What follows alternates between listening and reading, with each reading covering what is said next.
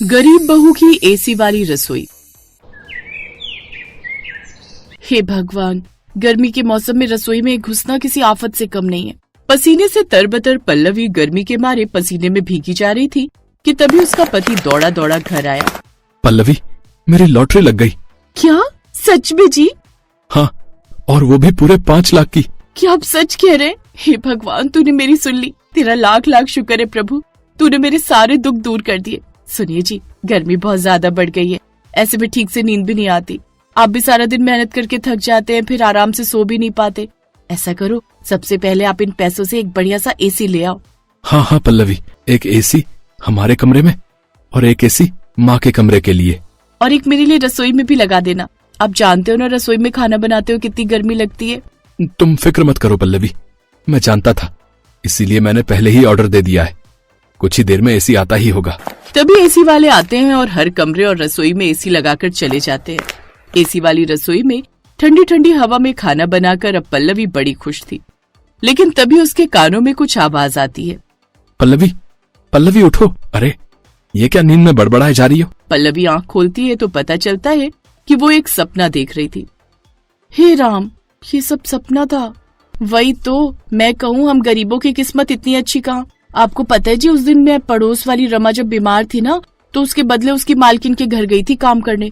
तो उनका घर तो अंदर से इतना ठंडा था कि पूछो ही मत। ऊपर से रसोई में एसी लगा हुआ था, वो अलग। आपको पता है कितना अच्छा लग रहा था वहाँ काम करते हुए। अरे अब अमीरों के तो शौक ही अलग होते हैं। वो दोनों बात कर ही रहे थे कि तभी उन्हें अपनी सास के कराहने की आवाज आती है।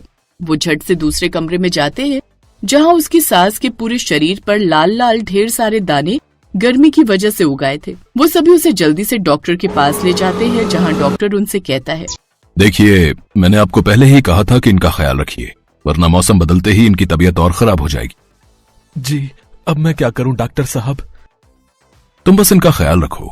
इन्हें गर्मी बर्दाश्त नहीं होती है, तो कोशिश करो कि कोई एसी या कूलर वगैरह खरीद लो। डॉक्टर इतना कहकर चला गया और वहाँ खड़ा कमल रोने लगा। कमल बहुत ही गरीब था।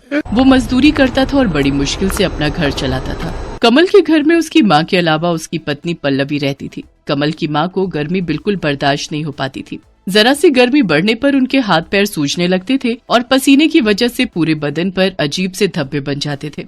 ये हर बार की कहानी थी, लेकिन बढ़ती उम्र के साथ कमल की माँ की हालत अब और ज्यादा खराब होने लगी थी। बस कीजिए, आप इस तरह रोइए मत।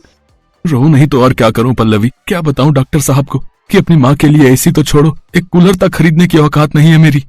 इसमें आपकी कोई गलती नहीं है। माँ जी के इलाज के लिए जो कर्ज लिया है, उसकी किश्त भी तो आप ही भर रहे हो ना, तभी ये दिक्कत है, वरना तो हर महीने वो किस्तें चुकाने के बाद खाने पीने के खर्च लायक भी पैसे नहीं बचते। और देखो ना, इतना कर्ज लेकर इलाज करवाने का भी कोई फायदा नहीं हुआ। आखिर में माँ की हालत तो पहले से भी खराब होती जा रही है।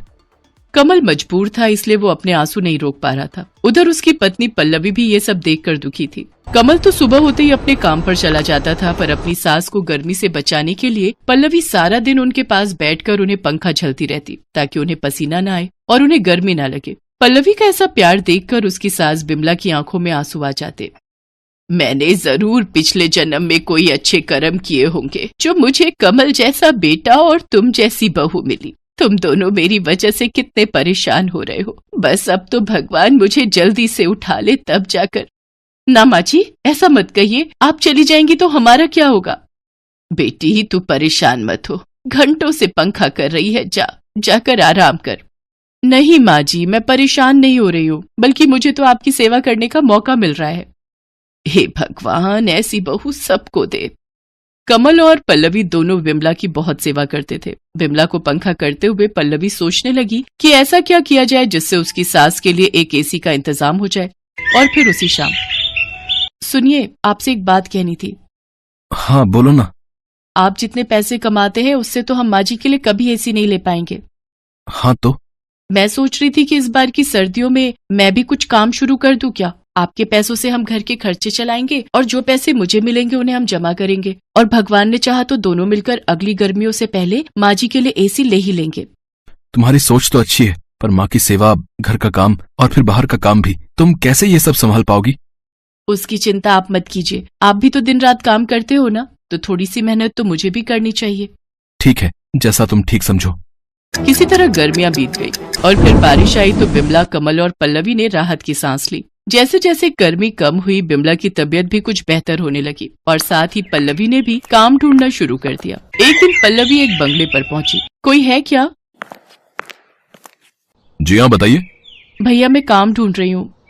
कैसा काम? अब कैसा भी, झाड़ू बर्तन वगैरह। ओह हाँ, है ना। एक्चुअली मुझे भी एक मेड की तलाश है। तो आपने पहले कहीं काम किया है ना?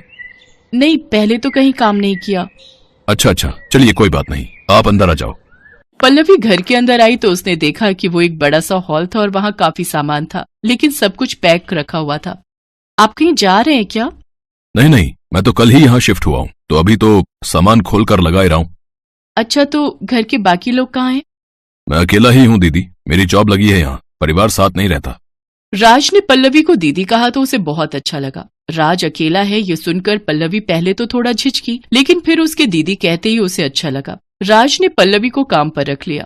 अब पल्लवी रोज सुबह सुबह राज के घर आती। उस वक्त तक राज सो रहा होता था। पल्लवी सबसे पहले उसे उठाती, फिर उसके लिए चाय नाश्ता बनाती और फिर पूरे घर की साफ सफाई करती। और इस काम के बदले राज पल्लवी को अच्छे पैसे भी देने लगा।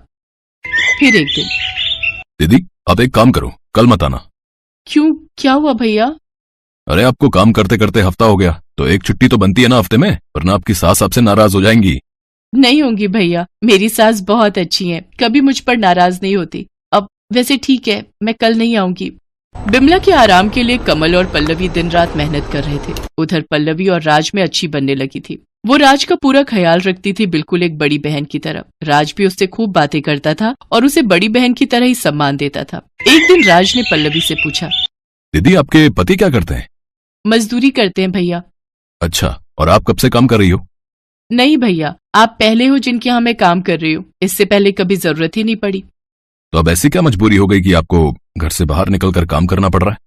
ये बात सुनकर पल्लवी की आंखों में आंसू आ गए और उसने रोते हुए राज को सारी बात बता दी। पल्लवी और कमल का अपनी माँ के प्रति प्यार और सेवा भाव देखकर राज भी भावुक हो गया। ऐसे ही कई दिन बीत गए। पल्लवी और कमल एसी के लिए काफी पैसे जोड़ चुके थे, लेकिन होनी को कुछ और ही मंजूर था। गर्मियां एक बार फिर वापस आने वाली थी। ऐसे में बिमला अचानक बेहोश होकर गिर पड़ी। उसे दिल का दौरा पड़ा था, तो जो पैसे दोनों ने एसी के लिए कमाए थे वो सारे के सारे बिमला के इलाज पर खर्च हो गए। और फिर लगता है हम माँ जी के लिए एसी खरीद ही नहीं पाएंगे। हिम्मत रखो पल्लवी, ऊपर वाला हमारी परीक्षा ले रहा है।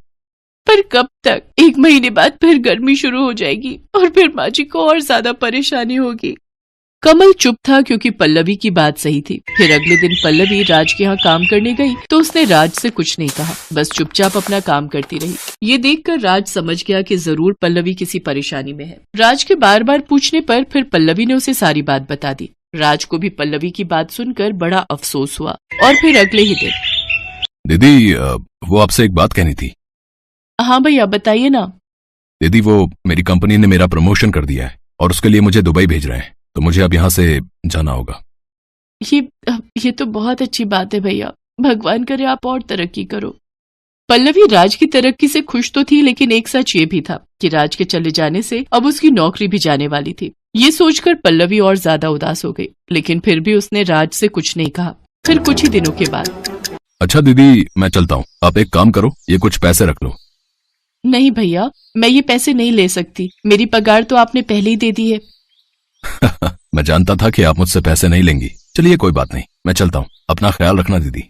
इतना कहकर राज टैक्सी में बैठकर वहां से चला गया और पल्लवी भी अपने उतरे हुए चेहरे के साथ अपने घर की तरफ चल दी। गर्मियां शुरू हो चुकी थी और पल्लवी की सास की तबीयत फिर बिगड़ने लगी थी। लेकिन तभी कुछ ऐसा हुआ जिसकी उम्मीद पल्लवी को तो बिल्कुल नहीं थी। जी बताइए। मैडम आपका कोरियर है और ये एक चिट्ठी भी है। नहीं भैया, आपको कोई गलतफहमी हुई है। ये इतना बड़ा डिब्बा हमारा नहीं हो सकता और हमें कोई कुछ क्यों भेजेगा? नहीं मैडम, ये आपका ही है, देखिए आपके घर का ही पता लिखा है यहाँ पर। कुरियर वाले की बात सच थी। पल्लवी को कुछ समझ नहीं आ रहा था, लेकिन फिर जब उसने उस बड़े से डिब्बे को खोलकर देखा तो उसे अपनी आंखों पर विश्वास ही नहीं हुआ। उसके अंदर बिल्कुल नया एसी था जिसे राज ने उसके लिए खरीदा था। एसी के साथ मिली चिट्ठी को पढ़ते हुए पल्लवी की आंखों से लगातार आंसू बहे जा रहे थे और मन ही मन वो राज को दुआएं दे रही थी।